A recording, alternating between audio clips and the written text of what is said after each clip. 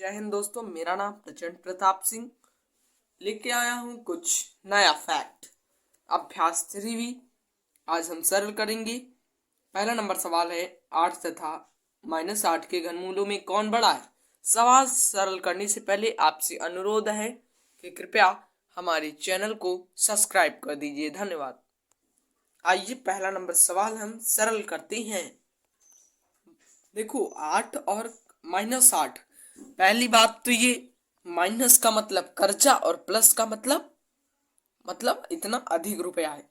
तो सिंपल सी बात, इसका घन करो या ना करो, 8 ऐसो ही छोटी है ना, और ये 8 प्लस का 8 बड़ी है।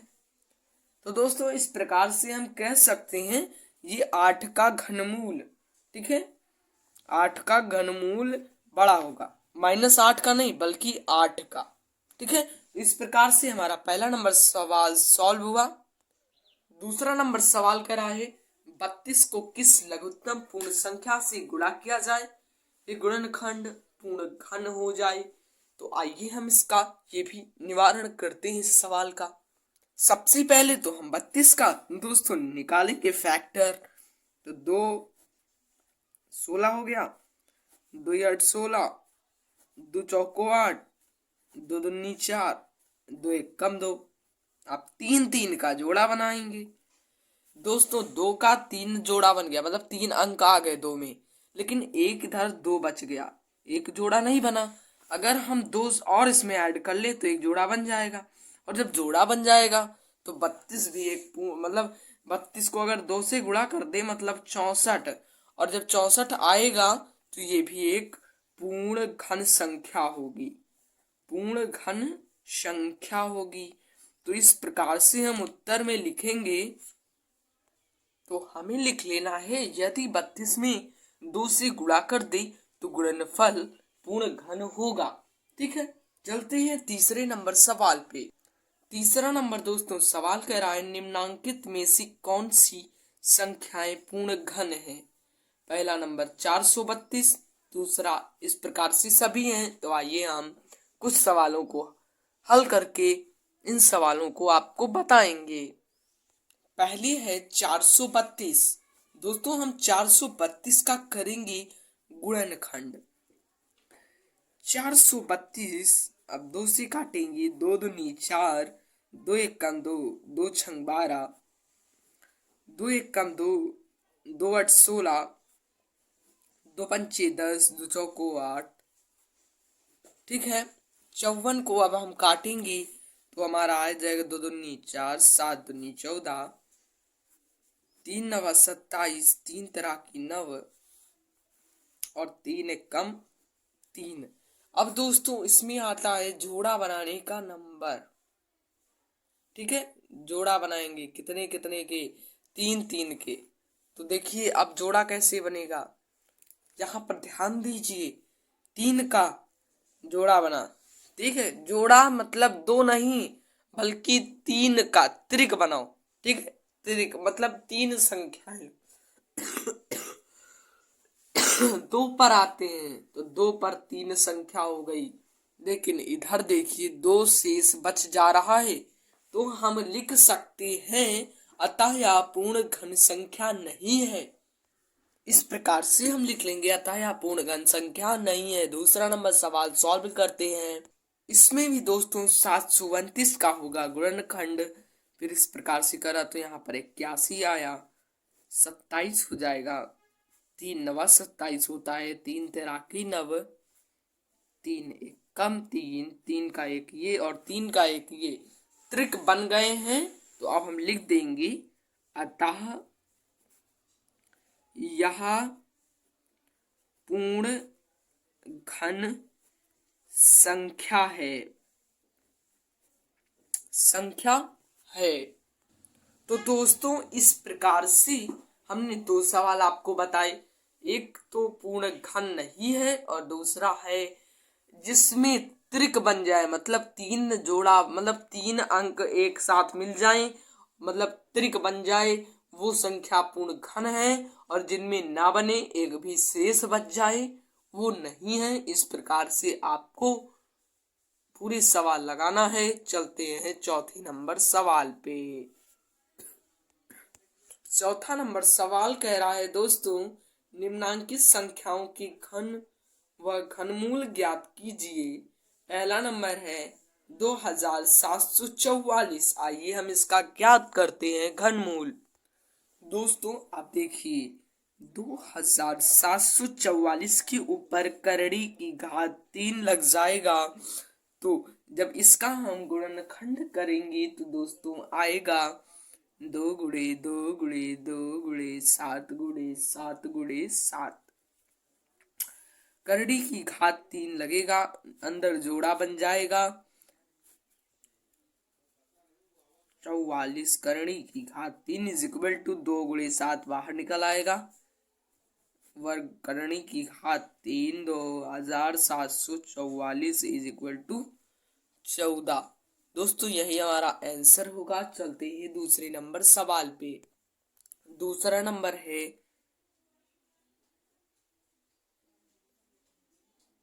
74,088। ठीक है,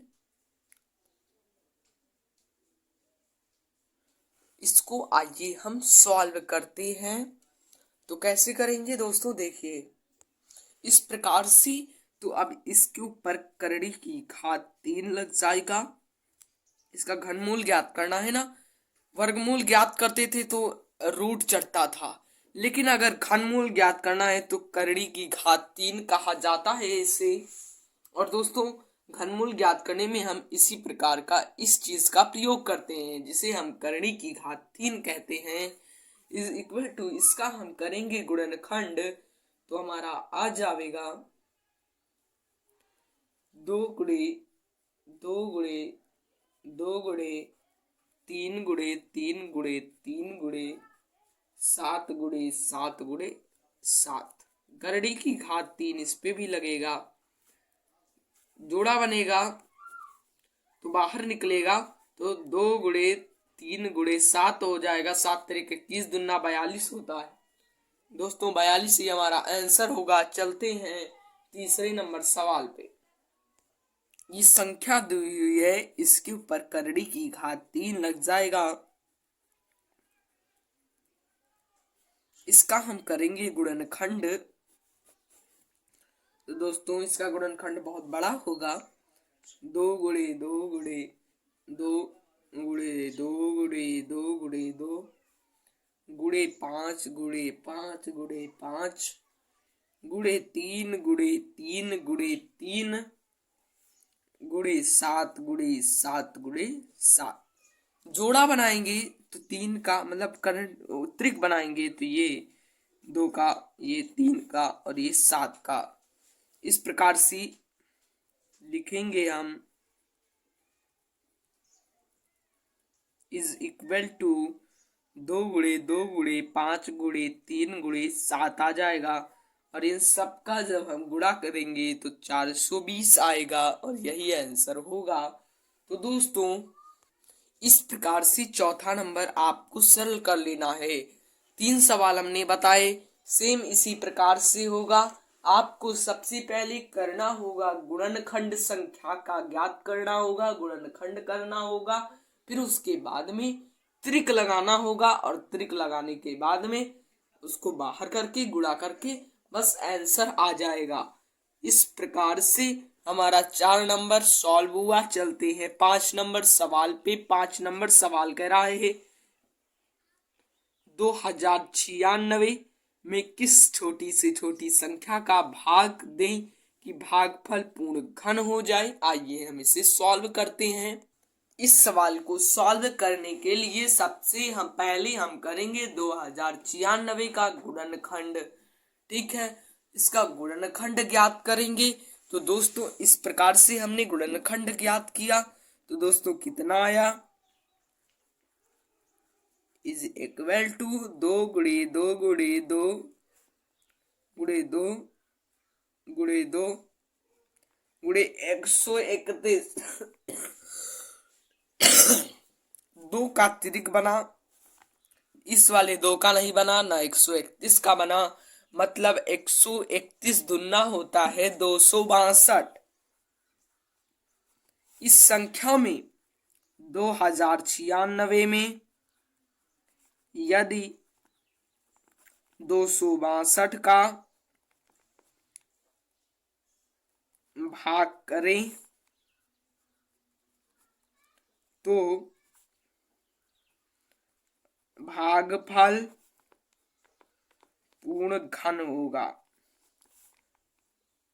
यही हमारा आंसर होगा। चलते हैं छठी नंबर सवाल पे।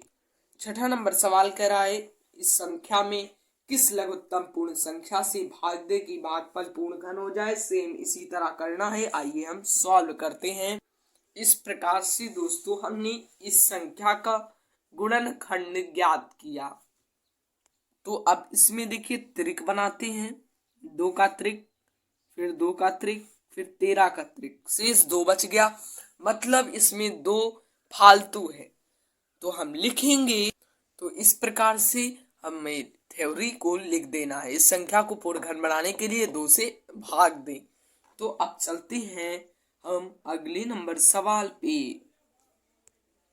अगला नंबर सवाल कह रहा है 9000 में किस लघुत्तम प्राकृतिक संख्या का गुणा करने पर गुणनफल पूर्ण घन बन जाएगा। सबसे पहले करना दोस्तों आपको है 9000 का गुणनखंड ज्ञात कर लेना है। हमने ज्ञात कर लिया है। 2 गुणे 2 गुणे 3 गुणे 3 गुणे 5 गुणे 5 गुणे 5, 2 का जोड़ा बना, 5 का जोड़ा बना, मतलब त्रिक बना, सॉरी 3 बच गया। देखो त्रिक किसे बनाना, ये जोड़ा बनना है, त्रिक नहीं बनना है। मतलब 3 एक और होता। अतः हम कह सकते हैं, अतः 9000 को पूर्ण घन बनाने के लिए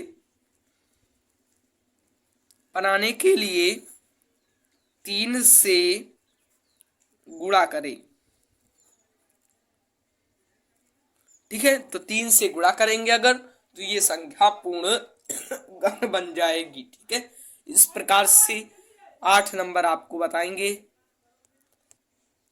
इस दोस्तों ये सवाल कह रहा है इस सेम प्रक्रिया यही करना है।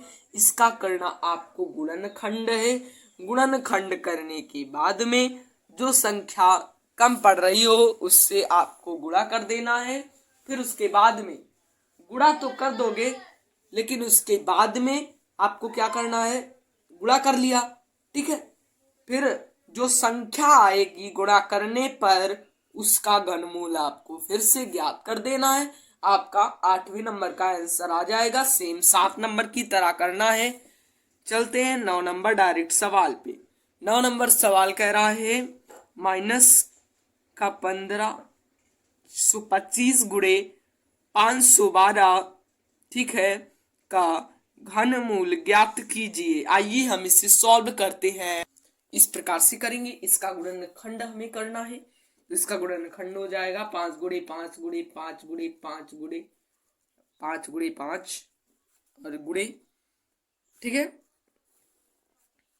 करने की घात लग जाएगी। 512 का करेंगे तो हमारा आ जाएगा 2 गुणे 2 गुणे 2 गुणे 2 गुणे 2 गुणे 2 गुणे 2 गुणे 2 गुणे 2। करनी की घात जरूर लगाइएगा। जोड़ा त्रिक बनाएंगे। इसमें से बाहर आएगा 25, लेकिन यहाँ पर माइनस लगा था तो माइनस लग जाएगा।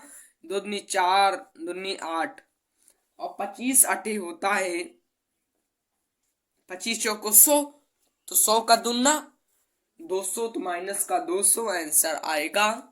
इस प्रकार से 10 नंबर भी इसी प्रकार से लग जाएगा। इसका अलग ज्ञात करो, इसका अलग करके गुणा कर दो, घनमूल ज्ञात हो जाएगा। 11 नंबर सवाल बताते हैं आपको। 125 गुणे 343 का करना है। देखो 125 का जब हम ज्ञात करेंगे, ठीक है, 125 का जब हम ज्ञात करेंगे तो हमारा आएगा, तो 125 5 का होता है 50, हम 25 पंचे 125 और 343 का होता है 7 घनमूल, 7 25 35 होता है। इस प्रकार से पहला नंबर ऑप्शन हमारा ये आंसर होगा। दोस्तों इस प्रकार से हमारी प्रश्नावली 3 भी समाप्त हुई। आशा करता हूँ कि आपको सभी सवाल अच्छे से ज्ञात हो जाएंगे। चैनल पर अगर आप नए हो तो कृपया हमारे चैनल को सब्सक्राइब कर दीजिए। धन्यवाद।